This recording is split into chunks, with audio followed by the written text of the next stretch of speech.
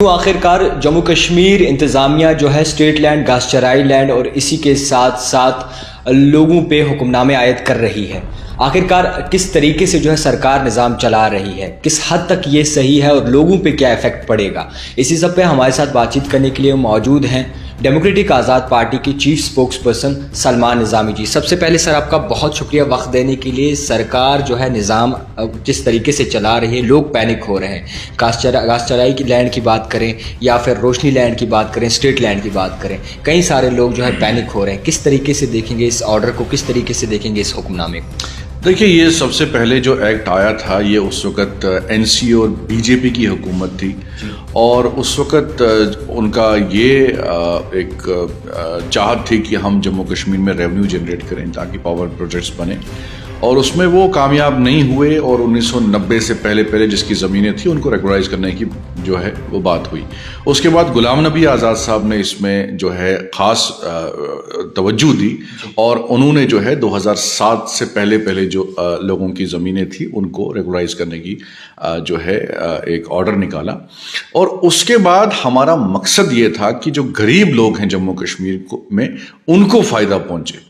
और जब हाल ही में जो है मैंने उस पर कई डिबेट्स किए नेशनल टीवी पे, और उसमें शायद मैं ही वो वही शख्स था जो नेशनल टीवी पे इनको एक्सपोज भी किया कि जो आप कह रहे हैं कि इसमें स्कैम किया गया, इसमें लैंड ग्रैबर्स हैं जिन्होंने इलीगल लैंड को ऑक्युपाई किया था, उसमें बीजेपी के कई एक्स मिनिस्टर्स, एक्स एमएलएज इसी जम्मू सूबे के पाए गए।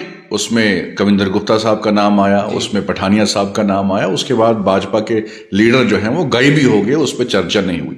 अब फिर से ये सामने आया है, लेकिन एक खास साजिश के तहत अगर आप देखें जम्मू कश्मीर में अगर 70% हम देखें जो पॉपुलेशन है वो स्टेट लाइन पे डिपेंडेंट है। बिल्कुल, कुछ ने मकान बनाए हैं, कुछ ने क्या।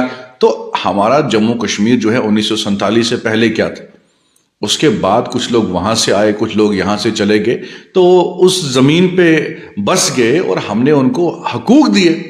उन्होंने बाज़ाब्ता तौर पे उसका जो भी रकम थी वो भरी और उनको वो अलॉट हो गई ज़मीन। तो आज हमने एतराज़ उस बात पे नहीं किया, हम कह रहे हैं कि हमारा मकसद था गरीब लोगों को फ़ायदा पहुंचाने का। उसमें जो ऑफिसर्स हैं, चाहे डिप्टी कमिश्नर्स रहे हैं, उस वक्त जो भी ऑफिसरान थे, चाहे पटवारी थे, अगर उन्होंने गलत किया है आप इंक्वायरी बिठाइए, जो मुजरिम है उसको सजा दीजिए। उसमें कोई पार्टी का नेता हो, कोई चाहे बीजेपी का हो, चाहे कोई कांग्रेस का हो, कोई हमारी पार्टी का हो, उसको जो है बेनकाब करिए, उसको सजा दीजिए। लेकिन आप जो गरीबों को इस अजाब में डाल रहे हैं, इस वक्त आप देखिए एक पैनिक क्रिएट कर दिया आपने जम्मू कश्मीर में, और लोग परेशान हैं। लोग एक हादसे में मुझे लगता है कि एक शख्स की मौत भी हुई। तो ये सरकार जो है जम्मू कश्मीर को संभालने में नाकाम साबित हुई है। जब से 370 जम्मू कश्मीर से हटाया है, उसके बाद 3 गवर्नर चेंज हो गए, उनको जम्मू कश्मीर संभालने नहीं आ रहा है। इसलिए पहले कहा जी भाई रोशनी स्कैम हुआ, जब हमने ही उनको एक्सपोज किया कि आपके ही बीजेपी के कुछ लीडर हैं जिन्होंने जो है काफी जमीन जो है हड़पी है सरकारी। बिल्कुल। अब जम्मू कश्मीर में आप मुझे बताइए कि जो बाहर के लोग यहाँ बसने आए थे, चाहे वो पाकिस्तान से आए, यहाँ के लोग कहाँ गए, उस वक्त जो है सभी स्टेट लैंड थे, 70% स्टेट। फिर आप कहाँ ले जाएंगे? आप क्या सिविल वॉर करवाना? साजिश क्या हो सकती है? साजिश कुछ नहीं है। देखिए, साजिश ये है कि लोगों का अटेंशन किस तरीके से डाइवर्ट किया जाए, कैसे गरीब के कांधे पे छुरा डालने का काम जो है बीजेपी हुकूमत कर रही है। लेकिन हमने पहले भी उस पर आवाज़ उठाई थी। गुलाम नबी आज़ाद साहब ने पार्लियामेंट में आवाज़ उठाई, उसके बाद जब वो नेशनल प्लेटफॉर्म कई बार उन्होंने स्टेटमेंट भी दिया और आज भी उन्होंने स्टेटमेंट दिया है कि हम इसके खिलाफ हैं। हाँ, इसमें किसी ने कोई भी गलत काम किया हो, कोई भी लीडर उसमें इन्वॉल्व हो, कोई भी ऑफिसर इन्वॉल्व हो, उस पर इंक्वायरी करिए, हम उसकी सपोर्ट नहीं करेंगे। लेकिन जो गरीब लोग हैं, जो उस पर डिपेंडेंट हैं, जो जिनसे उनको इस जमीन से उनका अनाज उगता है, उनका घर चलता है, हमने तो उनको बेनिफिट देना है। हमने उनके लिए नहीं बनाया कि भाई कोई लीडर था, लीडरों को तो डालिए जेल में अगर किसी ने मिसयूज किया है। हमने तो गरीब तबके के लिए स्कीम बनाई थी कि गरीब लोगों को फायदा पहुंचाए। अगर आप मुझे बताइए, अगर एक गरीब आदमी है, उसका रिसोर्स उसका सोर्स ऑफ इनकम जो है यही होती है। कोई मक्की उगाता है जमीन पे, कोई कुछ खेती बाड़ी करता है, मकान बनाओ, तो वो डिपेंडेंट उस जमीन पे है। ऐसी तो सिविल वार हो सकता है जम्मू कश्मीर में, लोग तो खुदकुशियां करने पे जो है मजबूर हो जाएंगे। तो सरकार की एक पॉलिसी होनी चाहिए, जिस तरीके से बाकी स्टेटों में हमने पहले भी कहा था कि जो 371 क्या था, 371 जो है वो भी यही था कि भाई बाहर का शख्स जो है यहां स्टेट में जमीन नहीं खरीद सके।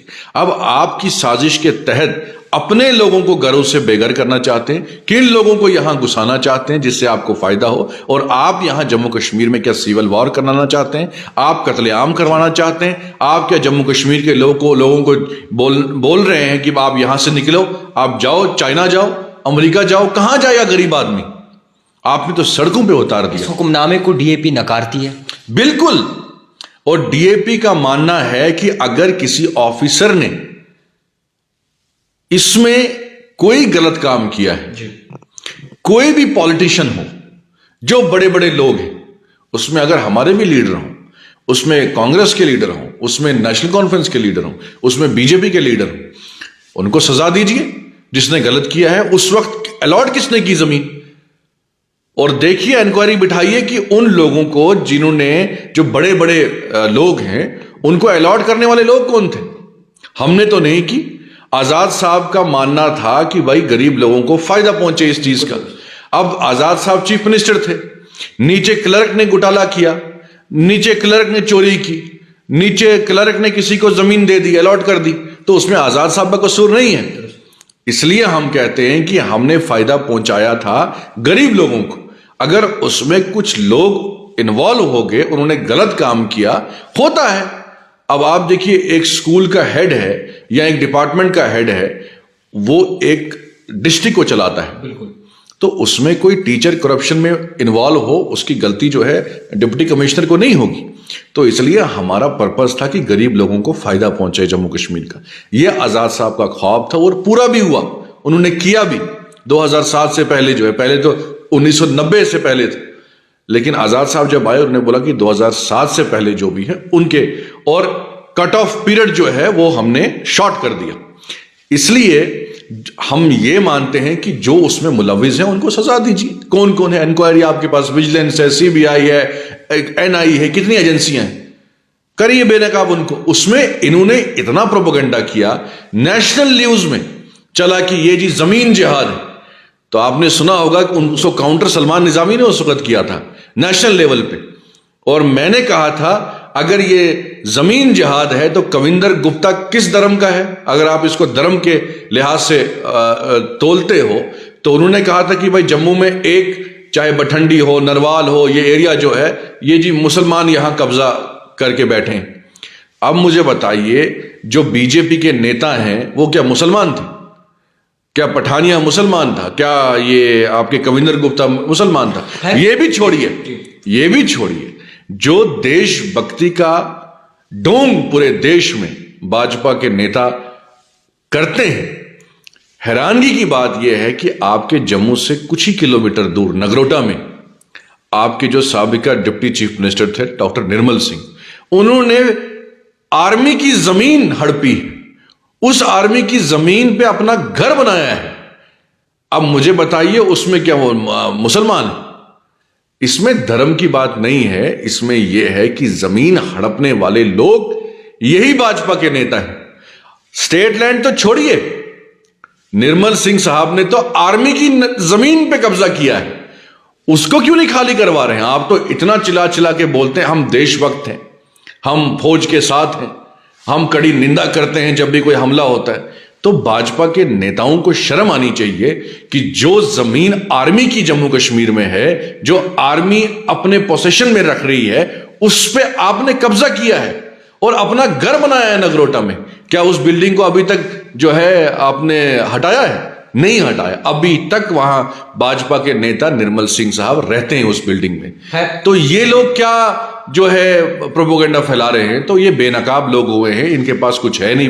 ये इलेक्शन के पहले जो है यही धर्म के लिहाज से यही एक इनकी साजिश हमेशा रही है कि किस तरीके से जम्मू कश्मीर में हम माहौल खराब करें, इसको मजहब बीच में लाके बोलें कि भाई देखिए जम्मू में जो है मुसलमानों ने ज़मीनें हड़पी हैं, कब्जा किया है, तो हकीकत सामने पहले ही आई है। उसी वक्त ये फाइलें बंद हो गई थी और अब हम जांच की मांग करते हैं। जिन जिन के नाम सामने आए हैं, चाहे उसमें कविंदर गुप्ता जी हो भाजपा के नेता, और जितने भी भाजपा के नेता हैं, उनके खिलाफ कार्रवाई होनी चाहिए। उन्होंने स्टेट लैंड हड़पा है, उनके खिलाफ कार्रवाई होनी चाहिए। खैर, जिस तरीके से इस मुद्दे पे मुसलसल बात रही, डीएपी का मौजू जानने की कोशिश की कि किस तरीके से डीएपी जो है इस ऑर्डर को देखती है। हालांकि ये साफ तौर पर क्लियर कर दिया सलमान निज़ामी साहब ने कि डीएपी जो है इस ऑर्डर को नकारती है और बाकायदा तौर पर एक जम्मू कश्मीर की आवाम को दबोचने की कोशिश जो है की जा रही है। देखते रहिए the type writer Javed Khan के साथ।